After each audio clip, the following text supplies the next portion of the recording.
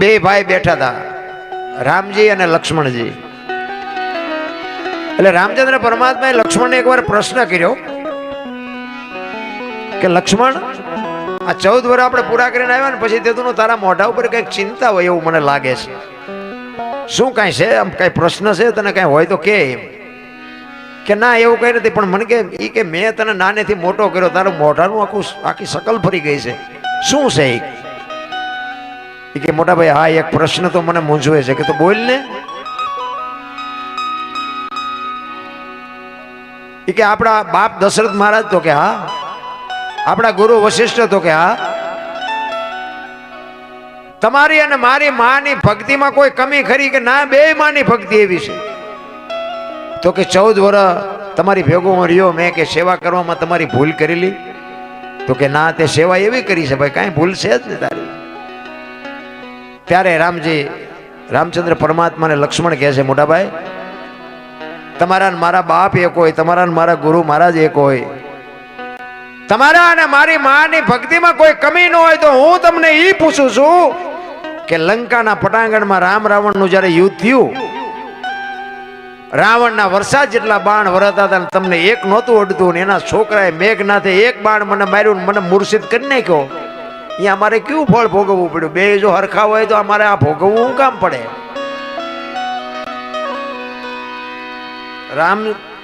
રામજી કે હા, તે પૂછ્યું સારું કર્યું, નકર કે આ તને શંકાનું સમાધાન ન થાય. પછી રામચંદ્ર પરમાત્મા કહે છે કે આપણે 14 વર્ષ હાલતા થયા, વનવાસ મળ્યો, પછી હાલતા થયા તો કે જંગલમાં આશ્રમ આવ્યા હતા? તો કે હા, આશ્રમ તો ઘણા આવ્યા હતા. સબરીનો આશ્રમ આવ્યો હોય તને ખબર છે? તો કે હા. તો કે એને આપણા આગતા સ્વાગતા કરી હતી? કે હા, બેસવા માટે ચાદડી પાથરી દીધી હતી, આસોપાલવના તોરણ બાંધ્યા હતા. તો કે જમવાની વ્યવસ્થા કરી હતી? કે હા મોટા ભાઈ, જંગલમાંથી બોર લઈ આવી. તો કે મેં ખાધા હતા? હા મોટા ભાઈ, તમે તો ઠળિયા હોતા ખાઈ ગયા હતા. તો કે ત્યાં ખાધા હતા? અને અહીંયા બાપુ લક્ષ્મણને હબાકો આવ્યો. હો ભાઈ, એ કે 14 વર્ષમાં અહીંયા ભૂલ કરી ગયો. એ કહું તેથી રામચંદ્ર પરમાત્મા લક્ષ્મણને કહે છે, દશરથ મહારાજને મૂકી અને મને જો બાપ કહેતો હોય, સુમિત્રાને મૂકી અને સીતાને માં કહેતો હોય, અયોધ્યા જેવું રાજ મૂકી અને તું મારી ભેગો જો રખડવાયો હોય, તો હું તને એ પૂછું છું કે ભીલડીના હેઠા બોર ખાવામાં મને વાંધો નહોતો, તને હું ઘા વાગ્યા હતા દીદી?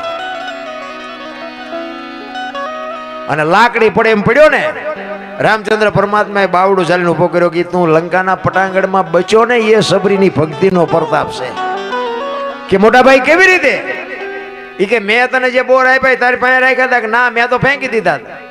એ તે જે ફળને ફેંક્યા ને, એને પક્ષીઓ લઈ જઈને દ્રોણાચલ પર્વત ઉપર જઈને ખાધા હતા ને, એનું બિયારણ વેરાણું હતું ને. વૈદરાજ સુસેન નામના વૈદે કીધું હતું કે દ્રોણાચલ પર્વત ઉપરથી સંજીવની લઈ આવી અને આના મોઢામાં ટીપા પાડો તો બેઠો થાય. આ સબરીની ભક્તિનો પ્રતાપ છે બાપુ. વાવો ક્યાંય ઉગે ક્યાંય એને ભજન કહેવાય. રામ સંતોએ ના પાડી દીધી કે ભાઈ તો ભરત જેવા હોવો જો. લક્ષ્મણના નામ ઉપર ચોકડી મારી દીધી. એક જ ભૂલ કરી એમાં, ભાઈ તો ભરત જેવા હોવો જોઈએ. બાપુ રામાયણમાં જો તમે સાંભળો, રામાયણમાં મહાપુરુષો એમ કે છે ભાઈ કેવા હોય? કે ભરત જેવા. ને કે લક્ષ્મણ બાપુ 14 વર્ષ એને સ્ત્રી, નિંદ્રા અને અન્ન, આ 3 વસ્તુને હેડ્યો નથી 14 વર્ષ સુધી. એને વિચાર નથી આવ્યો, ખાવાનો વિચાર નથી આવ્યો, બૈરાનો વિચાર નથી આવ્યો, કોઈ નિંદર નથી આવી 14 વર્ષ સુધી. એવું મહાપુરુષો કહે છે. કેવડી સેવા! આ એક ભૂલ કરીને બાપુ સંતોએ ના પાડી દીધી કે ભાઈમાં નો હાલે. આપણે શીમાં હાલવી? આપણે અખતરો કરી જો શીમાં હાલવી? અરે રામાયણ તો રામાયણ છે. રામ હા, તમે બોલો આવે ને કે રામચંદ્ર પરમાત્મા કે હોનાનું હણિયું મારવા ગયા હતા. હોનાના હણિયા હોય તમને કેમ લાગે? અત્યારે આવ્યો હોય આપણે અત્યારે બધા એમ કહે કે હોનાના ધણિયા નહીં હતા હોય. તો અત્યારે આપણને ખબર પડે, રામને નહીં ખબર પડી હોય. રામ ગાંડા હતા. પણ એ રામાયણ એ બતાવે છે કે જે મોહની વાંહે દોડે ને એનું વાંહે ઘરમાં પતન જ થાય. બાપુ એ હણિયા વાંહે ન ગયા હોત તો સીતાજીનું હરણ ન થાય. જે મોહ વાંહે બાપુ પડ્યા છે ને એનું વાંહે પતન જ થયું છે. રામાયણ છે ને સે કાંઈક સુધી દુનિયાએ ચિતરી નાખી સુધી. રામાયણ તો રામાયણ છે. ભલા તમે વિચાર તો કરો, રામચંદ્ર પરમાત્માને વનવાસ મળ્યો ને રામ એમ નથી કીધું કે મેં શું અયોધ્યાનો ગુનો કર્યો છે બાપુ, આને રઘુકુળ કહેવાય. ને કે એટલું તો કહી શકે ને કે ભરત મારો ભાઈ છે, ભરતને ગાદી ભલે મળે, પણ મેં અયોધ્યાનું શું ફૂંડું કર્યું, મને વનમાં કાઢો છો. નહીં બાપુ, મા બાપ જે કે કરવું પડે કરવું પડે ને કરવું પડે, રામાયણ ઈ કે છે. અને તેથી બાપુ રામ કે રામની અરે લક્ષ્મણ કે મારે અયોધ્યા નથી જોતી. ભરત આવ્યો, ભરત કે મારે નથી અયોધ્યા જોતી. અયોધ્યાની ગાદી એટલે દશરથ તારો દરબાર, ઇન્દ્ર જેની આશા કરે, ભાઈઓ વિનાનું ભેંકાર, કડવું લાગે કાગડા. અયોધ્યાની ગાદી બાપુ એવી સ્વર્ગ જેવી હતી ને, તો એ બાકસના ખોખા ઘોડે રખડતી હતી, કોઈ ધણી નહોતો. નોખી નોખી માયુના છોકરા પણ બાપુ અયોધ્યાની ગાદીનો કોઈ ધણી નહોતો. કેટલો ભાઈ ભાઈનો પ્રેમ હશે. આપણે ક્યાં જઈને વાત કરીએ, આપણને એમ થાય કે આ બધું ઘણું બધું છે, પણ આપણને એમ થાય ખાનારા નથી મળતા, નાખવું ક્યાં વાડમાં? ખાનારા તો હોવા જોઈએ ને. અમને તો બાપુ મહાપુરુષોની કૃપાથી ખૂબ મળ્યું છે, કાંઈ ચોપડી બોપડીની જરૂર નથી પડતી. એમ નામ બધું હાલે છે, સાંભળે છે બધા, પણ તોય ગમે એવું પીરે છે ને તોય ભજીયા ખાઈને ભાગી જાય.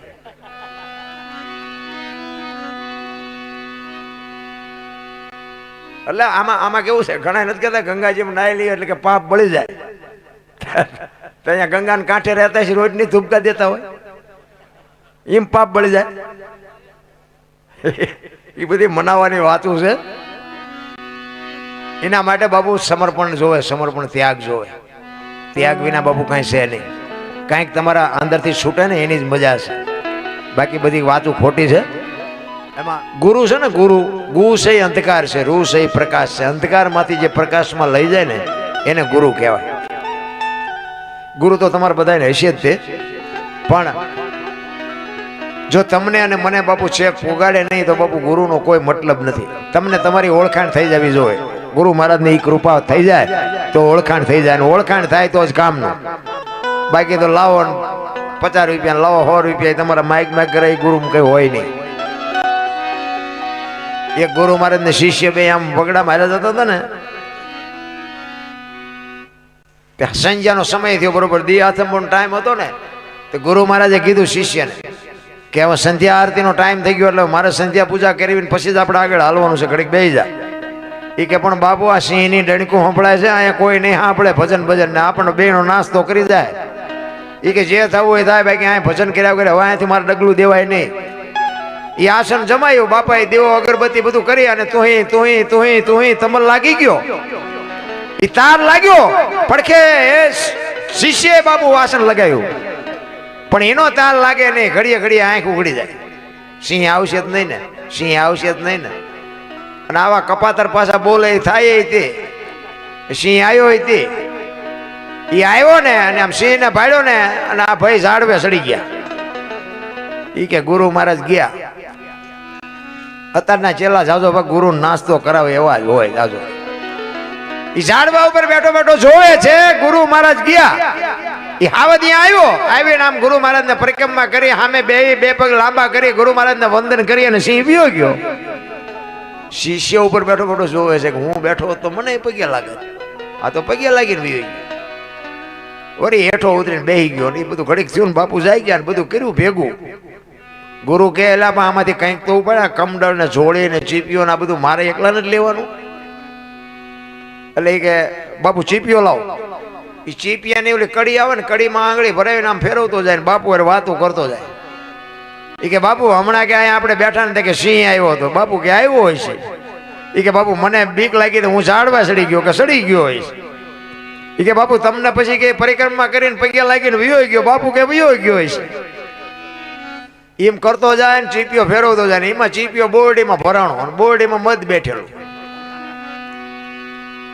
અને ભાઈ મધ ઉડ્યું, શાંતિથી બેઠું અને ઉડાડ્યું એટલે શું થાય તો બધાને ખબર છે. બેન સોટ્યું હો ગુરુને ચેલાને બેને. આમાં આમાં માથા કરતા કરતા બે ખેતરવા ગયા. ઓલો ઓલાને કાંટા કાઢે ને ઓલો ઓલાને કાંટા કાઢે, લાલ સોળ કરી નાખ્યા. હો ભાઈ બેન આગળ જઈને પછી ઉભા રહ્યા. ઓલો શિષ્ય કે બાપુ એક વાત કહું. કે શું? એ કે ઓલો સિંહ આવ્યો તો બાપુ તમે હલ્યા નહીં, આવડી આવડી માઇકુમાં કે ઠેકડા મારવા માંડ્યા. બાપુ કે માઇકુમાં કે ઠેકડા મારવા મીડ્યા.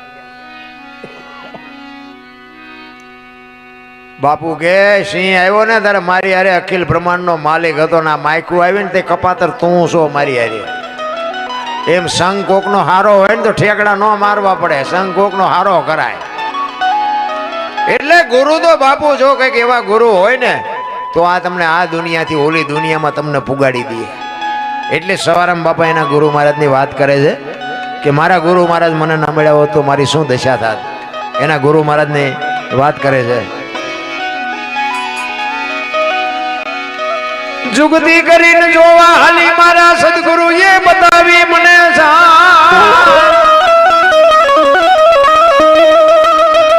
અમરનગર માં આત્મ દેખ્યા હું તો ભૂલી ગઈ હતી દેહ નું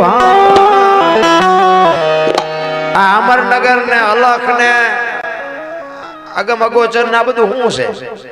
આ સંતોની ભાષા છે, સંતોના શબ્દો છે. સદગુરુ હશે તો તમને ખબર તો હશે જ. તે અલગ કોને કહેવાય? અલગ જે લખી નો કહે એને અલગ કહેવાય. બરોબર?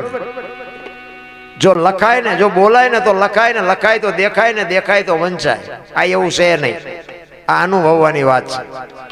તો અલગ કેવો કોને? તો તમને એનો દાખલો આપો. એક તેલનો ડબ્બો લઈને કોક આવતું હોય ને એને તમે પૂછો કે તેલના ડબ્બાના પૈસા કેટલા? કે 25 રૂપિયા. હવે ડબ્બાના 25 હશે તેલના, તેલ કાઢી લો ડબ્બાનું શું આવે? નકરા 25 આવે ને. પણ જો વાત ઉપર ધ્યાન આપજો, કિંમત તેલની છે, ડબ્બાની નથી. પણ કિંમત હોવા છતાંય બાપુ ડબ્બા વગર તેલ રહે નહીં. મુદ્દો ઈ છે. એમાં દેહની કિંમત બાપુ કઈ નથી. દેહને એક દુનિયા દિવાળી જ મૂકવાની છે. પણ આ દેહ વગર ભજન ન થાય. લખવું હોય તો લખી લે. એમ કહેવાનો મારો મિનિંગ પછી સિંગ તેલ હોય, કપાસિયા તેલ હોય, પામોલીન હોય, લખાય ડબ્બા ઉપર, તેલ ઉપર ન લખાય. અલખી ને કહેવાય. જ્યાં નથી લખાતું, જ્યાં આંગળી નથી મુકાતી એને અલગ કહેવાય. અને અલગ છે ને આખો છે. આપણે હજી છે ને જ્યાં સુધી સદગુરુ ન મળે ને ત્યાં સુધી આપણે ઘાટ છીએ. આપણો ઘાટ જ નથી ઘડાણો. અને હીરો હોય ને, હીરો આ જમીનમાં જ હોય. અને જ્યાં સુધી એના પેલ ન પડે ને એનો ઉઘાડ ન થાય ત્યાં સુધી એની કિંમત ન થાય. એ તો હેરણ ઉપર ચડીને હરાને ચડવું પડે ને પેલ પડે ને માલપાથી ઉઘાડ થાય ત્યાં કિંમત થાય. એમાં આપણા જે બાળકો છે ને એ બાપુ ઈ પેલ વગરના હીરા છે.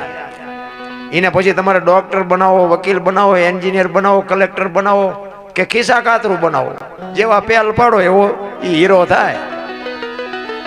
એ ઘાટ છે. એ ઘાટ માટે જ બાપુ હેરણ ઉપર ચડવું પડે.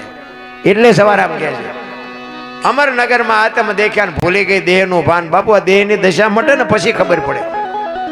હું દરબાર ને, હું પટાલ ને, હું ભરવા ને બધા હોની નાચ ચાલીને બેઠા. બાયું ચડાવે એટલે કોની પાસે વાત કરવી? હું તો એમ કહું ગઢારે વણમાંથી બોલાવો એક એક ને, એક હોડીમાં બેહારો, હોડી દરિયામાં વહેતી કરો, ખીલી જાય એટલું ફાંકું પાડો. પાણી કાઢવાની મહેનત બધા હરકી જ કરે. શું કામ? બુડે છે. બુડે પછી એક થવું તે પહેલા થાવ ને. જરૂર એની છે, એકતાની જરૂર છે. વાતો બધા કરે છે હિન્દુ રાષ્ટ્ર બનાના હે, મેરા ભારત માન, પૂંછડું ઢોકળું ખટારા ઠાઠે લઈ કે ભારત માન થાય. અત્યારે મોબાઈલ ખોલો તો તમને આપણા જ આપણા ટાટિયા તાણે છે. લ્યો આમાં ભારત માન ચેતી થવાનો હતો? આપણા જ આપણા તાણે છે. માફી માગો, આમ કરો, પૂંછડું કરો. અમે ક્યાં તમારો બાજરો બગાડ્યો છે?